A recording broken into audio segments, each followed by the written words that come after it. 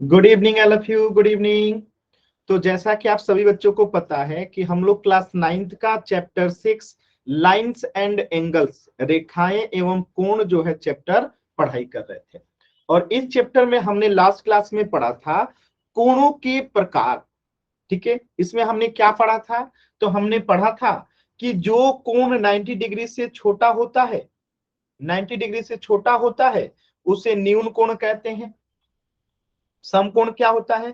जो कोण 90 डिग्री के बराबर होता है उसे समकोण कहते हैं। अधिकोण क्या होता है? जो कोण 90 डिग्री से बड़ा, ठीक है, और 180 डिग्री से छोटा होता है, 180 डिग्री से छोटा, उसे हम अधिकोण कहते हैं। जो कोण 180 डिग्री के बराबर होता है उसे ऋजु कोण कहते हैं। और जो कोण 180 डिग्री से बड़ा, 180 डिग्री से बड़ा और 360 से छोटा होता है उसे हम प्रतिवर्ती कोण कहते हैं। और जो कोण 360 डिग्री के बराबर होता है उसे संपूर्ण कोण कहते हैं। तो इतनी चीजों को हमने पिछली क्लास में पढ़ा था। अब हम इसके आगे पढ़ेंगे। क्लियर है सभी बच्चों को? ये चीजें जो है हमने पिछली क्लास में पढ़ा था। एक बार जल्दी से वाई टाइप कर दीजिए। ठीक है, तो ये 6 प्रकार के कोणों को जो है हमने पिछली क्लास में पढ़ा था कि न्यून कोण क्या होता है, तो 90 डिग्री से छोटा। समकोण क्या होता है? 90 डिग्री के बराबर। अधिकोण क्या होता है? तो 90 डिग्री से बड़ा, 180 डिग्री से छोटा जो कोण होता है वो अधिकोण होता है। ऋजु कोण क्या होता है? जो 180 डिग्री के बराबर होता है। प्रतिवर्ती कोण क्या होता है? जो 180 डिग्री से बड़ा, 360 डिग्री से छोटा, उसे प्रतिवर्ती कोण कहते हैं। संपूर्ण कोण जो कि 360 डिग्री के बराबर होता है। चलिए, तो इसी पे आधारित एक छोटा सा सवाल है, आपको इसका आंसर करना है कि ये जो कोण आपको दिखाई दे रहा है यहाँ पे, मैं एक बार इसको ग्रीन कर देता हूं। ये जो कोण आपको दिखाई दे रहा है, आपको बताना है कि ये कौन से प्रकार का कोण है। ठीक है, आपको बताना है कि ये कौन से प्रकार का कोण है। पोल सेक्शन में आंसर करना है, तो सभी बच्चे कोशिश कीजिएगा। पोल सेक्शन में आंसर करना है। अभी पोल सेक्शन में नहीं दिया हूं, तो सभी बच्चे सॉल्व करेंगे, फिर पोल सेक्शन में आंसर करेंगे। एकदम आराम से सॉल्व कीजिए और पोल सेक्शन में आंसर कीजिए। बहुत ही आसान सवाल है। सर कर दिया। माइक ऑन नहीं करना है सवाल का आंसर करने के बाद।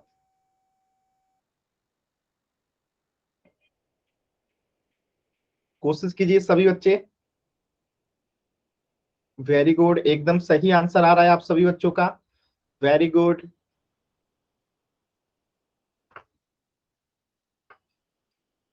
वेरी गुड, सभी बच्चों का एकदम सही उत्तर आ रहा है। कोशिश कीजिए, सभी बच्चे कोशिश करेंगे। कोशिश कीजिए सभी बच्चे।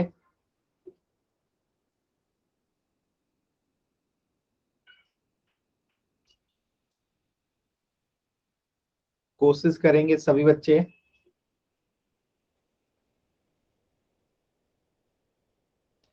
Very good.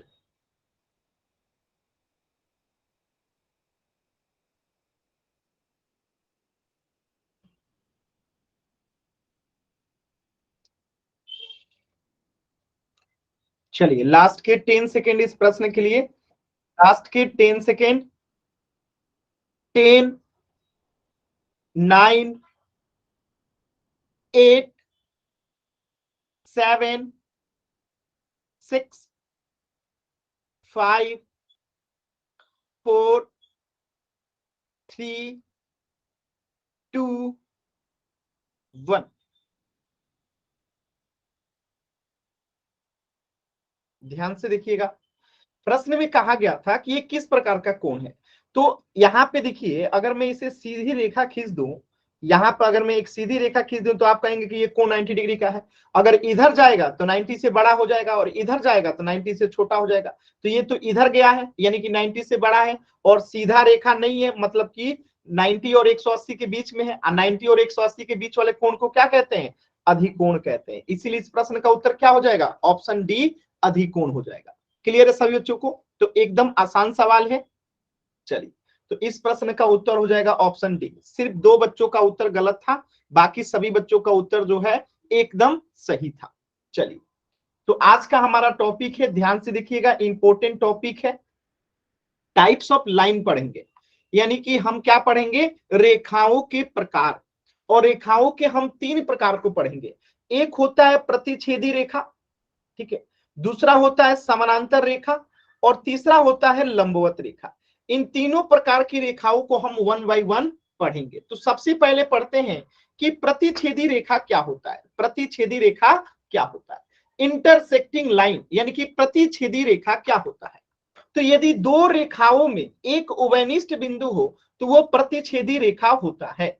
अब देखिए कैसे, ध्यान से देखिएगा। जैसे ये एक लाइन मैंने ले लिया, एक रेखा ले लिया, ठीक है, इसको मैंने नाम दे दिया L1, ठीक है, और एक रेखा में और ले लेता हूं, ठीक है, एक रेखा में और ले लेता हूं,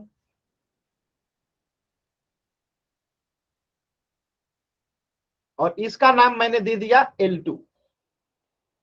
अब बताइए L1 और L2 में एक ऐसा बिंदु होगा जो कि दोनों में होगा। यानी ये वाला जो बिंदु है आपको दिख रहा होगा, यहां पे मैं इसे येलो कर रहा हूं, देखिएगा ध्यान से, दिख रहा है आप लोग को बीच में, ये ऐसा बिंदु है जो L1 में भी है, L2 में भी है, इसीलिए ये क्या है, प्रतिच्छेदी रेखा है। क्या है ये, प्रतिच्छेदी रेखा है। डिफिनीशन में क्या बताया गया है कि दो रेखाओं में एक उभयनिष्ठ बिंदु हो, उभयनिष्ठ का मतलब जो कि दोनों में हो, L1 में भी हो, L2 में भी हो, तो उसे क्या कहेंगे, प्रतिच्छेदी रेखा, इंटरसेक्टिंग लाइन। अभी क्लियर है सभी बच्चों को।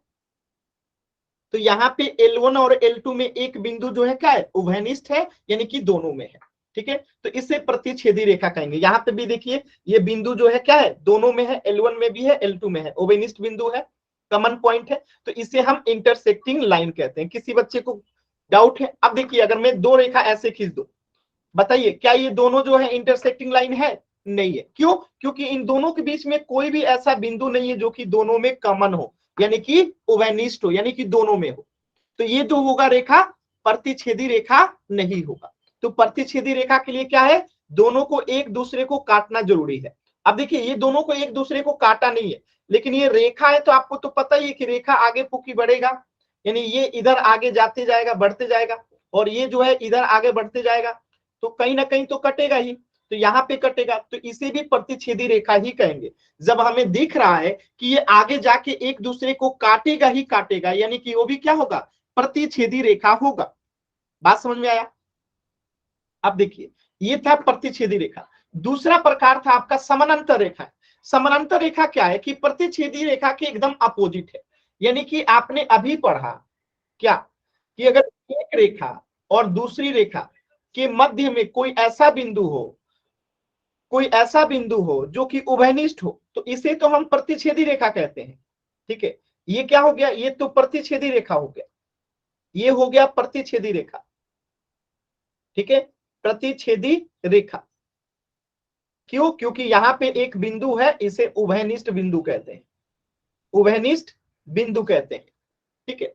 लेकिन अगर ऐसी रेखा जो कि प्रतिच्छेद ही ना करे, कभी ना करे, अभी नहीं कभी ना करे, जैसे ये रेखा है, ठीक है, और ये रेखा है, अब आप बताइए इसे हम आगे बढ़ाते जाएं, आगे बढ़ाते जाएं, तब भी क्या ये कभी एक दूसरे को काटेंगे? कभी एक दूसरे को काटेंगे? कभी नहीं काटेंगे। तो ये क्या हो गया, समानांतर रेखा हो गया, समानांतर रेखा हो गया। दोनों में अंतर क्या है कि प्रतिच्छेदी रेखा एक दूसरे को काटेंगे, कभी ना कभी काटेंगे, काटेंगे तभी एक बिंदु ऐसा आएगा जबकि दोनों में होगा। आज समानांतर रेखा क्या है कि कभी काटेंगे नहीं, कभी प्रतिच्छेद नहीं करेंगे, एक दूसरे को कभी नहीं काटेंगे, ठीक है। कैसे नहीं काटेंगे, देखिए हम इसे अनगिनत अनंत तक आगे बढ़ाते जाएंगे, ऐसे सीधे, इसे भी अनगिनत आगे बढ़ाते जाएंगे हमेशा, और इधर भी आप अनगिनत आगे बढ़ाते जाइए, और इसे भी आगे बढ़ाते जाइए, कभी एक दूसरे को नहीं काटेंगे, ठीक है। तो ये है समानांतर रेखा, ठीक है। इसकी कुछ विशेषताएं भी होती हैं कि इसके बीच में क्या होता है कि जो दूरी होता है, ये जो इनके बीच की डिस्टेंस है होता है, ये हमेशा बराबर होता है। क्या होता है? हमेशा बराबर होता है, हमेशा जो है क्या होता है, बराबर होता है। बात से समझ में आ रही है? हमेशा जो है क्या होता है, बराबर होता है, ठीक है, हर जगह बराबर होगा, कहीं भी नापिए इनके बीच की दूरी जो है हमेशा बराबर होता है, जबकि प्रतिच्छेदी रेखा में ऐसा नहीं होता है। देखिए यहाँ पे दूरी ज्यादा है, और यहाँ पे देखिए दूरी कम है, यहाँ पे दूरी कम है, यहाँ पे दूरी कम है, तो प्रतिच्छेदी रेखा में इनके बीच की दूरी बराबर नहीं होती है, जबकि समानांतर रेखा के बीच की दूरी क्या होती है, हमेशा बराबर होती है। क्लियर है सभी बच्चों को? क्लियर है कि किसी बच्चे को डाउट है? अब देखिए समानांतर रेखाओं को लिखते कैसे हैं, ठीक है, ध्यान से देखिएगा। जैसे हमें ए बी के समानांतर है पी क्यू, तो इसे पढ़ेंगे कैसे, ए बी समानांतर पी क्यू, यानी कि ये समानांतर है, यानी कि एक दूसरे को कभी नहीं काटेगा, तो यही समानांतर का चिन्ह है। किसे बोलते हैं, समानांतर या पार्लेल। तो हम इसे इंग्लिश में क्या पढ़ेंगे कि ए बी पार्लेल है पी क्यू के, या हिंदी में क्या पढ़ेंगे कि ए बी समानांतर है पी क्यू के। ऐसे ही नीचे वाले को देखिए कि यूबी जो है पैरेलल है वाई जेड के, या हिंदी में क्या पढ़ेंगे कि यूबी जो है समानांतर है वाई जेड के। समानांतर का मतलब क्या है कि ये एक दूसरे को कभी नहीं काटेंगी, एक दूसरे को कभी नहीं काटेंगे, इनके बीच में कोई कॉमन पॉइंट नहीं है, उभयनिष्ठ बिंदु नहीं है, इनके बीच की दूरी भी हमेशा क्या रहती है, बराबर रहती है। क्लियर है? तो ये हो गया समानांतर रेखा। बात समझ में आया? अब देखिए हम लोग देखते हैं थोड़ा सा, कहां गया, सॉरी, हाँ ये देखिए समानांतर रेखा को कैसे यूज करते हैं। तो यहाँ पे अगर आप ध्यान से देखेंगे, ठीक है, ध्यान से देखेंगे तो ए बी समानांतर आपको दिखाई देगा, ए बी समानांतर दिखाई देगा किसके, सी डी के, दिखाई दे रहा है। ए बी जो है समानांतर है किसके, सी डी के। और एक और दिखाई देगा आपको कि ये जो रेखा है, ठीक है, सी ए यानी ए सी किसके समानांतर है, तो ये जो है बीडी के समानांतर है, यानी एसी जो है समानांतर है बीडी के, दिख रहा है, यानी एक दूसरे को ये कभी नहीं काटेंगे, ये आगे इस तरह बढ़ते जाएगा, ये इधर बढ़ते जाएगा। बात समझ में? तो ए बी समानांतर है इसी, एसी समानांतर है बीडी का, यानी ये एक दूसरे को कभी नहीं काटेंगे। समझ में आया? आगे देखिए।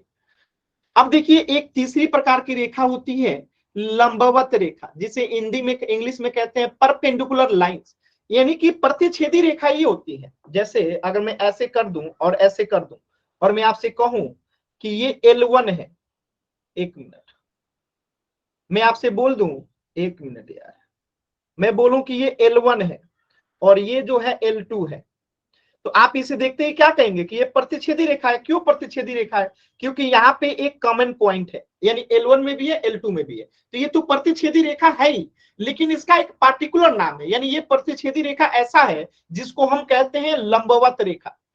तो ये ऐसा प्रतिच्छेदी रेखा है जिसे हम लंबवत रेखा कहते हैं। क्यों लंबवत रेखा कहते हैं? जब दो रेखाएं एक दूसरे को समकोण पे काटे, यानी जब लंबवत रेखा होगा ना तो यहाँ पे हमेशा 90 डिग्री का कोण बनेगा, यानी लंबवत रेखा के बीच में हमेशा क्या बनता है, 90 डिग्री का कोण बनता है। तो जब दो रेखाएं एक दूसरे को प्रतिच्छेद करें और वहां 90 डिग्री का कोण बन जाए तो उसी को लंबवत रेखाएं कह देते हैं। क्या समझ में आया आप लोगों को कि जब दो रेखाएं एक दूसरे को प्रतिच्छेद करें और वहां 90 डिग्री का कोण बन जाए तो वो हो गया लंबवत रेखा। क्या हो गया? लंबवत रेखा। क्लियर है? आसान सवाल है, ठीक है। अब ये 90 डिग्री का कोण किसी भी तरीके से बन सकता है, यहाँ पे देख सकते हैं L1 और L2 के 90 डिग्री का कोण बना है, ठीक है। और भी उदाहरण देख सकते हैं, जैसे ये देख सकते हैं, यहाँ पे देख सकते हैं। तो इसे लिखने का तरीका क्या है कि ए बी जो है ये ऊपर वाला जो है लंबवत है पी क्यू का, ठीक है। यहाँ पे देखिए हम यूवी को लिखेंगे, यूवी जो है लंबवत है वाई जेड का, तो लंबवत ना कह के हम परपेंडिकुलर भी बोल सकते हैं कि ए बी जो है परपेंडिकुलर है पी क्यू का, या यूवी जो है परपेंडिकुलर है वाई जेड का। तो ये अपने कहने का तरीका है कि आप किस तरीके से पढ़ते हैं। तो तीनों चीजें मैंने आपको बता दिया है, लेकिन तीनों चीज को मैं एक बार दोबारा से बताता हूं, तीनों को एक साथ समझिएगा। आपने अभी तीन चीजें पढ़ा, एक तो पढ़ा समानांतर रेखा, दूसरा पढ़ा प्रतिच्छेदी रेखाएं, और तीसरा पढ़ा लंबवत रेखा। तीनों में अंतर क्या है, तीनों क्या क्या होता है, दोबारा से समझिएगा, बहुत ही आसान है। देखिए पहले मैंने बताया प्रतिच्छेदी रेखा, क्या बताया कि दो रेखाएं ऐसी हो जो उसमें एक उभयनिष्ठ बिंदु हो, जैसे ये L1 है और ये L2 है, ये एक दूसरे को जब काटेंगे तो एक ऐसा बिंदु आएगा जो L1 में भी होगा L2 में भी होगा, तो ऐसी रेखाओं को प्रतिच्छेदी रेखा कहते हैं। आज जब दो रेखा एक दूसरे को कभी प्रतिच्छेद नहीं करती है उसे कहते हैं समानांतर रेखा। यानी ये देखेंगे तो ये हमेशा आगे बढ़ते जाएगा, ये भी हमेशा आगे बढ़ते जाएगा, कभी एक दूसरे को नहीं काटेगा, प्रतिच्छेद नहीं करेगा, तो ये हो गया समानांतर रेखा। और एक तीसरा मैंने बताया लंबवत रेखा, परपेंडिकुलर लाइंस। ये क्या होता है? ऐसी प्रतिच्छेदी रेखा जो 90 डिग्री का कोण बन जाए एक दूसरे को काटने पे, तो उसे लंबवत रेखाएं कहते हैं, परपेंडिकुलर लाइंस कहते हैं। क्लियर है? क्योंकि ये भी प्रतिच्छेदी रेखा है, लेकिन 90 डिग्री का कोण बन जाए तो उसे लंबवत रेखा कहते हैं। समझ में आया? जब दो रेखा एक दूसरे को काटे तो 90 डिग्री का कोण बने तो वो लंबवत रेखा हो गया। अभी क्लियर? तीनों में अंतर, तीनों की पहचान करना जान जाएंगे? बताइएगा, अभी आप पहचान जाएंगे? ठीक है, आसान है। चलिए मैं एक क्वेश्चन देता हूं, आपको आंसर बताना है। ठीक है, आपको आंसर बताना है।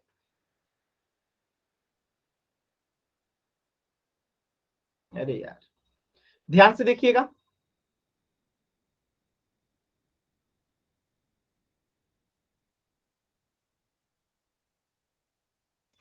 ठीक है, ऑप्शन देखिए, A B C D. Option A में है, ऑप्शन बी में है, ठीक है, और ऑप्शन डी में है, सी में है, और ऑप्शन डी में है। आपको बताना है इसमें से लंबवत रेखा कौन सा है।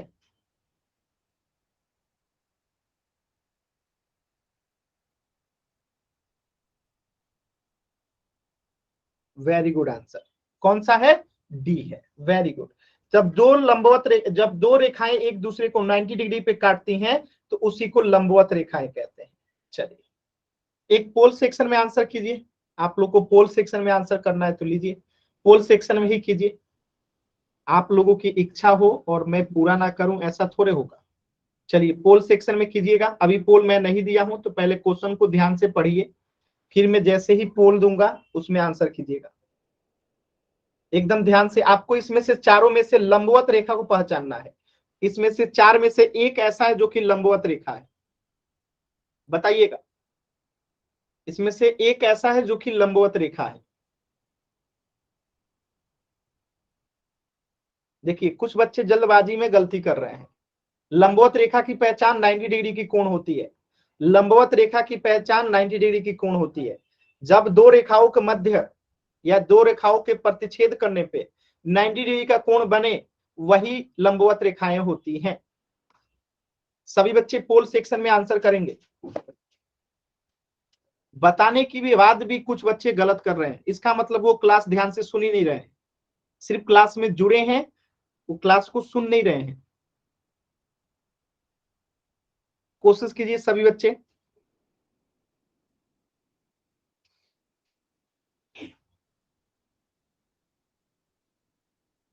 लास्ट के 10 सेकेंड। 10, 9, 8, 7, 6, 5, 4, 3, 2, 1। देखिए एकदम आसान सवाल था। मैंने क्या कहा था? मान लेते हैं ये L1 है और ये L2 है, इन दोनों के कटर माने प्रतिच्छेद का कोण केवल बी में बना है, तो ये हो गया आपका लंबवत रेखा। मैंने क्या बताया था? जब दो रेखा प्रतिच्छेद करती हैं और 90 डिग्री का कोण बनता है तो उसे हम लंबवत रेखाएं कहते हैं, परपेंडिकुलर लाइंस कहते हैं। और ऑप्शन बी एकमात्र ऐसा है जहां पे L1 और L2 के कट करने पे 90 डिग्री का कोण बनता है, तो इसे हम कह देंगे परपेंडिकुलर लाइंस। तो इस प्रश्न का उत्तर हो जाएगा ऑप्शन बी। किसी बच्चे को डाउट है तो बताइएगा, एकदम आसान सवाल है। अच्छा मैं आपसे पूछूं ऑप्शन ए का क्या नाम है, बताइए तो ऑप्शन ए वाले का क्या नाम है? अभी आपने 3 प्रकार के रेखा पढ़ा ना, ऑप्शन ए कौन सा है? समानांतर। वेरी गुड तमन्ना। बाकी बच्चे बताइए जल्दी से चैट सेक्शन में। माइक ऑन करके आंसर नहीं बताना है तमन्ना।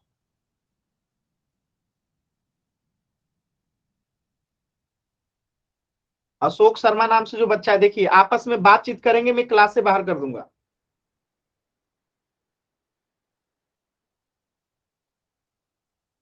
Very good.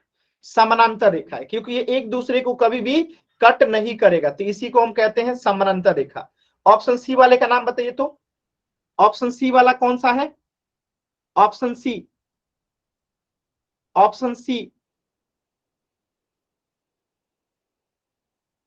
ऑप्शन सी बताइए। वेरी गुड, वेरी गुड, एकदम सही जवाब है तमन्ना, very good.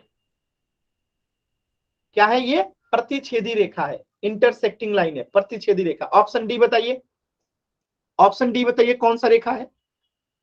Option D, option D भी प्रतिच्छेदी रेखा है। देखिए एक दूसरे को यहां पे काट दिया, तो ये भी प्रतिच्छेदी रेखा ही है। ठीक है, चलिए अगला प्रश्न कीजिए। इसमें से आपको 4 ऑप्शन में से बताना है समानांतर रेखा कौन सी है। इन चारों में से आपको बताना है कि समानांतर रेखा कौन सी है। एकदम ध्यान से देखिए, जल्दबाजी कीजिएगा तो गलत हो जाएगा बाबू, तो जल्दबाजी मत कीजिएगा, एकदम आराम से करना है, जल्दबाजी मत कीजिएगा। ठीक है, समानांतर रेखा, पैरेलल लाइंस, जो एक दूसरे को कभी ना काटे, किसी कंडीशन पे ना काटे, कितना भी आगे बढ़ा दीजिए कभी ना काटे, उसी को समानांतर रेखा कहते हैं। कोशिश कीजिए, सभी बच्चे प्रयास करेंगे। सर कर दी। कितनी बार मैंने बताया है कि माइक ऑन करके ये बात नहीं बोलना है।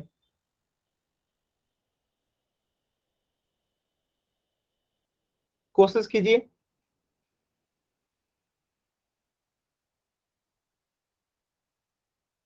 सभी बच्चों के उत्तर एकदम सही है, वेरी गुड, वेरी गुड। और 3 बच्चों का उत्तर नहीं आया है, लास्ट के 30 सेकेंड, सभी बच्चे कोशिश करेंगे।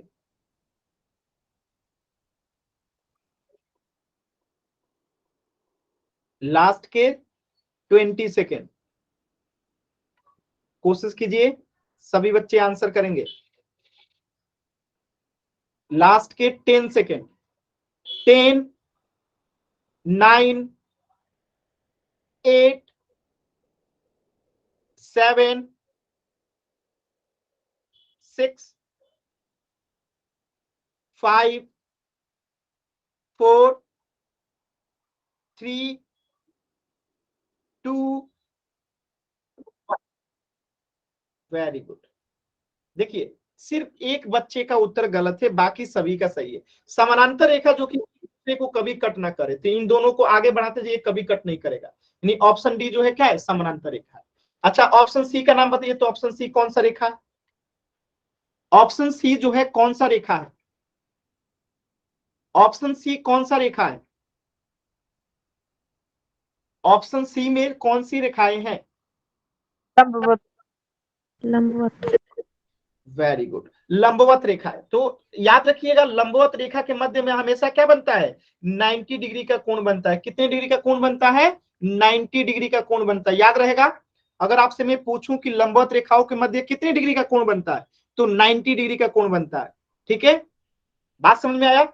चलिए, तो इस प्रश्न का उत्तर हो जाएगा ऑप्शन डी, क्योंकि ये क्या है? समानांतर रेखाएं हैं। चलिए, यहां पे आपको बताया गया है कि लंबवत रेखाओं के बीच में कोण कितना होता है। मैं एक लंबवत रेखा बना देता हूं। ठीक है, ये एक, इसे L1 नाम दे देता हूं मैं। ये हो गया आपका L1 और ये हो गया आपका L2। ठीक है, आपको बताना है कि इनके मध्य में कितने डिग्री का कोण बनेगा। पोल सेक्शन में आंसर देना है, एकदम ध्यान से क्वेश्चन को देखिए, पोल सेक्शन में आंसर करना है, जल्दबाजी नहीं करना है। चलिए पोल सेक्शन में आंसर कीजिएगा।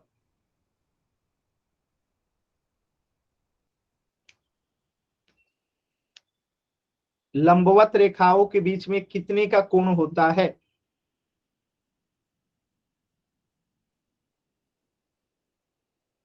पोल सेक्शन में आंसर कीजिए सभी बच्चे। लंबवत रेखाओं के बीच का कोण कितना होता है? लंबवत रेखाओं के बीच में कितने डिग्री का कोण होता है?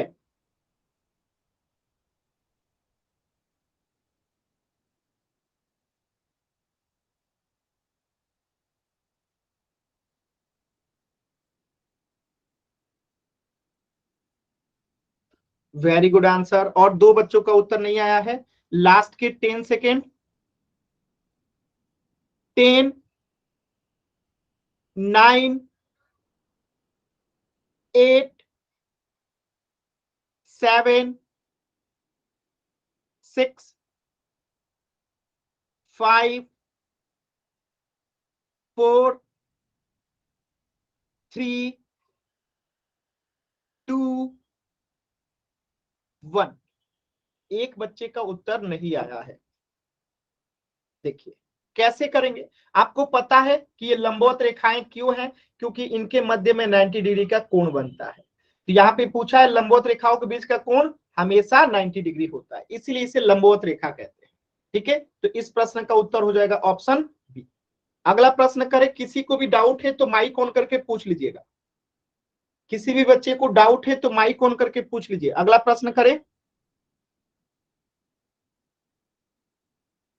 चलिए इस प्रश्न का उत्तर कीजिए पोल सेक्शन में। आपको प्रतिच्छेदी रेखा पहचानना है कि इसमें से कौन जो है प्रतिच्छेदी रेखा है। एकदम ध्यान से देखिए और पहचानिए कि इसमें से कौन जो है प्रतिच्छेदी रेखा है। इंटरसेक्टिंग लाइन एक ही ठो है जो कि प्रतिच्छेदी रेखा है।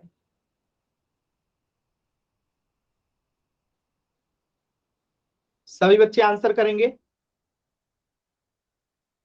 प्रतिच्छेदी रेखाएं कौन सी है? Intersecting lines.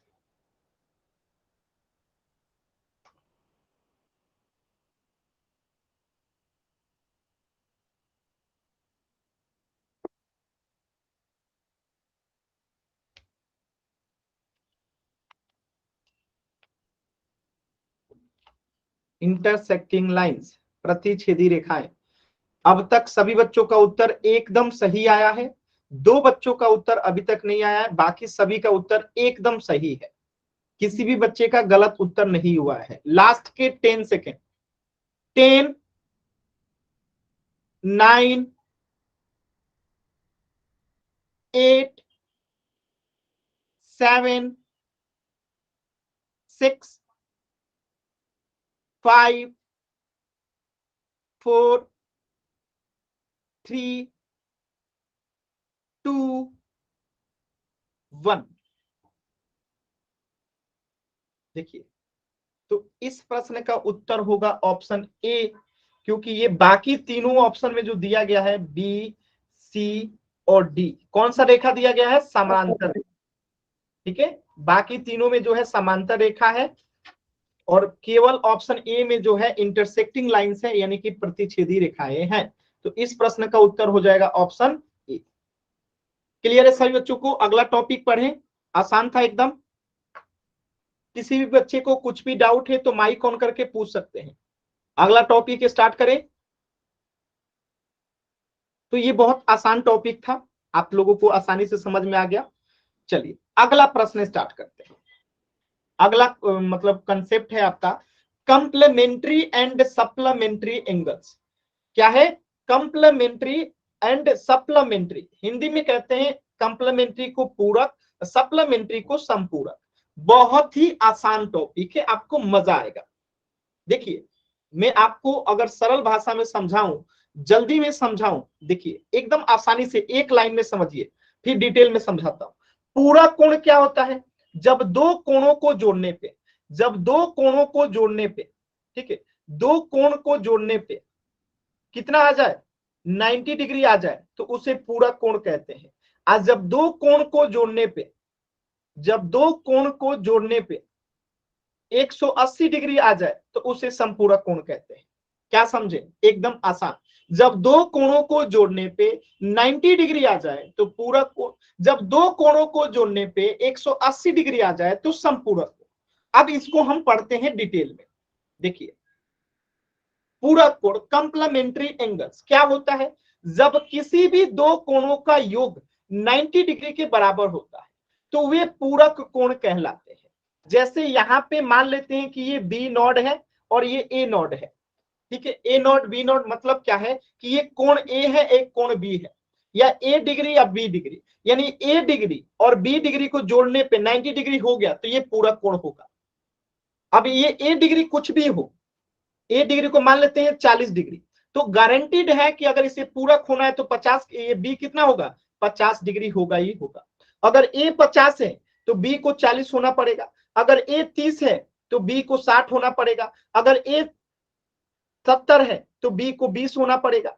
तो ये होता है पूरक कोण का कंसेप्ट कि दो कोणों को जोड़ने पे हमेशा 90 डिग्री होना चाहिए, दो कोणों को जोड़ने पे हमेशा 90 डिग्री होना चाहिए।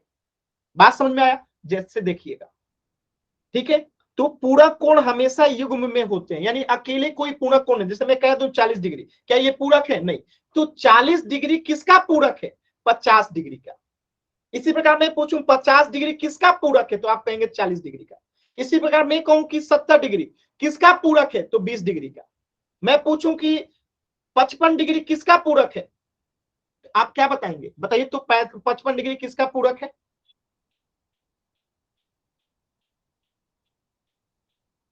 गलत जवाब तमन्ना, 35 डिग्री। वेरी गुड, ठीक है। 55 डिग्री 35 डिग्री का पूरक होगा।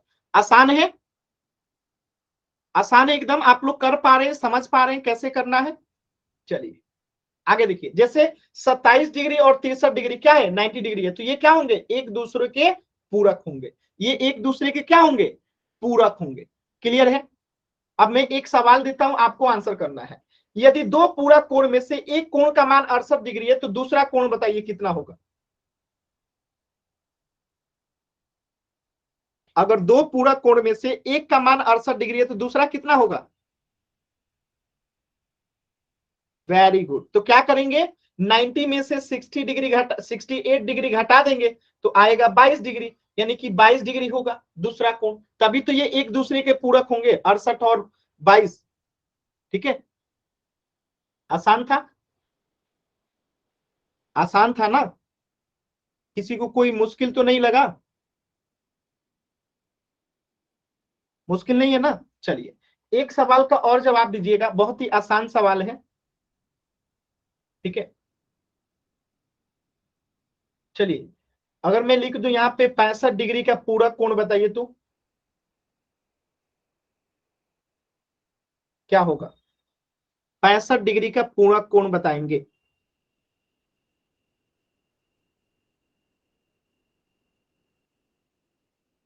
वेरी गुड, 25 डिग्री होगा। तो कैसे निकाले हमने? 90 में से 65 को घटा दिया तो 25 डिग्री आंसर आ गया। ठीक है, चलिए एक क्वेश्चन पोल सेक्शन में कीजिए, ध्यान से प्रश्न को देखिएगा। जल्दबाजी किसी भी बच्चे को नहीं करना है, जल्दबाजी किसी भी बच्चे को नहीं करना है। एकदम ध्यान से को देखना है और देख के आंसर करना है, जल्दबाजी नहीं करना है।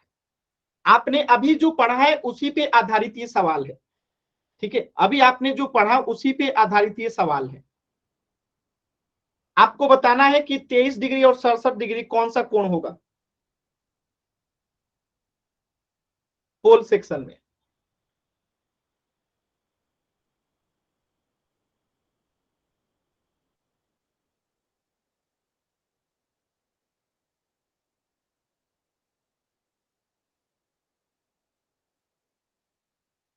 कोशिश कीजिए सभी बच्चे, एकदम आसानी से बता सकते हैं, कोशिश कीजिए सभी बच्चे, कोशिश कीजिए।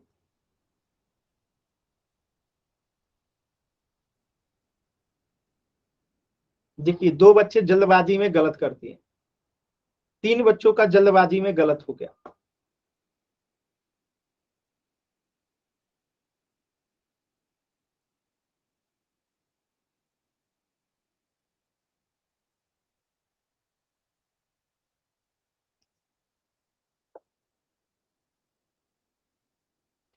लास्ट के 10 सेकेंड। 10, 9, 8, 7, 6, 5, 4, 3, 2, 1। बताइए, इतना आसान सवाल था, फिर भी 4 लोगों का गलत है। अभी अभी इन्हें बताया कि दो कोणों को जोड़ने पे 23 डिग्री आप प्लस 67 डिग्री करेंगे तो कितना आएगा, 90 डिग्री। यानी कि ये क्या है, पूरक कोण है। जब दो कोणों को जोड़ने पे 90 डिग्री आता है तो उसी को तो पूरक कोण कहते हैं, कंप्लीमेंट्री एंगल कहते हैं। अभी अभी आपने पढ़ा और अभी अभी 5 बच्चों का आंसर गलत था। अगर किसी भी बच्चे को डाउट है तो पहले माइक ऑन करके डाउट पूछ लीजिए, फिर इसके आगे पढ़ेंगे। पहले डाउट पूछिए अपना। किसी भी बच्चे को कुछ भी डाउट है तो माइक ऑन करके पहले पूछ लीजिए, क्योंकि 5 बच्चों का आंसर गलत था। किसी भी बच्चे को कुछ भी डाउट है तो माइक ऑन करके पूछ लीजिए।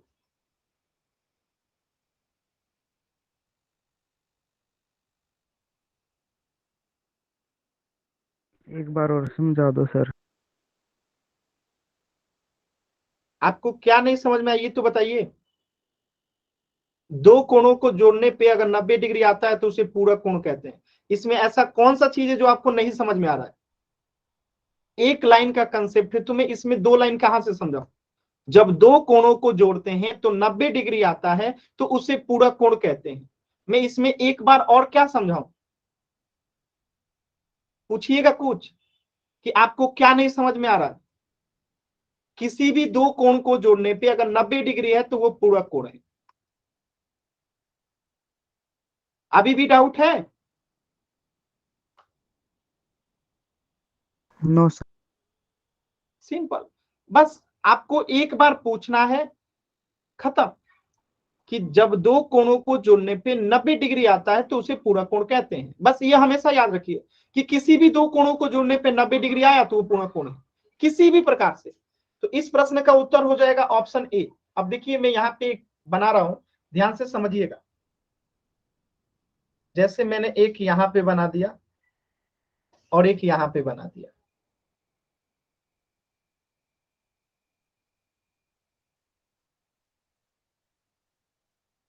ठीक है।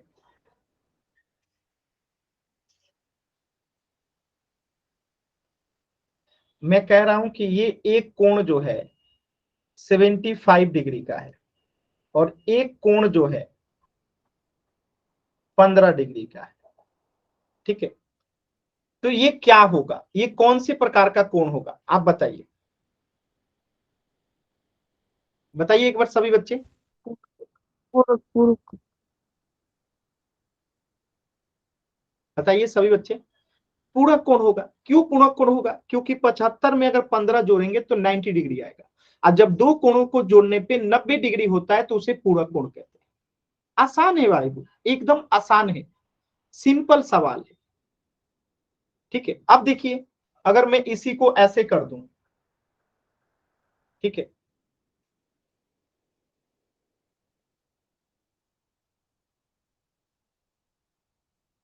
एक सेकेंड।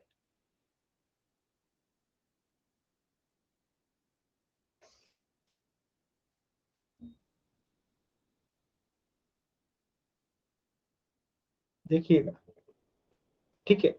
अगर मैं कहूं कि ये जो है 70 डिग्री है और ये जो है 110 डिग्री है, तो ये किस प्रकार का कोण है? तो आप कहेंगे सप्लीमेंट्री, संपूरक कोण। क्यों? क्योंकि जब दो कोणों को जोड़ने पे, ठीक है, जब दो कोणों को जोड़ने पे कितना आ जाए, 90 डिग्री, तो उसे कहते हैं पूरक कोण। और जब दो कोणों को जोड़ने पे जब आ जाए 180 डिग्री तो उसे कहते हैं संपूरक कोण। तो इन दोनों को जोड़ने पे आ रहा है 180 तो संपूरक कोण, जब 90 आता है तो पूरक कोण। कोई दिक्कत किसी बच्चे को? किसी भी बच्चे को कोई दिक्कत?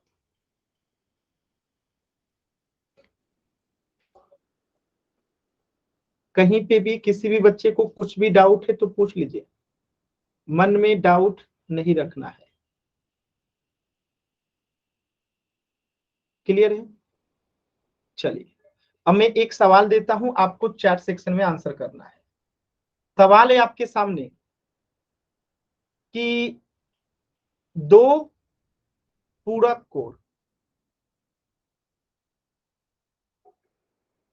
कोण में से एक कोण, ठीक है, 63 डिग्री है, तो दूसरा कोण क्या होगा? बताइए तो आंसर। दो पूरक कोण में से एक कोण 63 डिग्री है, तो दूसरा कोण क्या होगा? आसानी से निकाल लेंगे। क्या करेंगे आप? 90 में से माइनस करेंगे 63 को, तो कितना आएगा? 10 में से 3 गया 7, 8 में से 6 गया 2, 27 डिग्री आंसर हो गया। दूसरा कोण कितना होगा? 27 डिग्री। अब इसी प्रश्न को मैं बदल रहा हूं, ध्यान से देखिएगा, इसी प्रश्न को मैं बदल रहा हूं और अब आपका आंसर बदल जाएगा। मैंने यहां पे लिख दिया केवल संपूरक कोण। अब आपका आंसर बदल जाएगा कि दो संपूरक कोण में से एक कोण 63 डिग्री का है, तो दूसरा कोण क्या होगा? अब आंसर क्या होगा बताइए तो। पहले पूरक था तो आंसर आया 27, अब मैंने संपूरक कर दिया तो आंसर क्या आएगा? ध्यान से बाबू, ध्यान से, जल्दबाजी मत कीजिए, कुछ बच्चे अभी भी गलत आंसर कर रहे हैं। ठीक है, ध्यान से, जल्दबाजी कीजिएगा तो गलत हो जाएगा, जल्दबाजी कीजिएगा तो गलत हो जाएगा। देखिए संपूर्ण कोण में क्या होता है कि दो कोणों का योग 180 होता है, तो अब 180 में से 63 घटाएंगे, तो 10 में से 3 गया 7, यहां बचेगा कितना? 7, 7 में से 6 गया 1, यहां बचेगा 1, 117 डिग्री होगा दूसरा कोण। बात समझ में आया? तो जब दो संपूर्ण कोण में से एक कोण 63 है तो दूसरा के लिए 180 में से 63 घटा देंगे। आज जब पूरक कहेगा तो 90 में से 63 घटा देंगे। दोनों में अंतर समझ में आ रहा है सभी बच्चों को? बताइएगा, किसी भी बच्चे को कहीं पे भी कुछ भी डाउट है तो बताइएगा। ठीक है, ठीक है, चलिए। तो एक्चुअली आज के क्लास में इतना ही पढ़ेंगे। थोड़ा सा मैं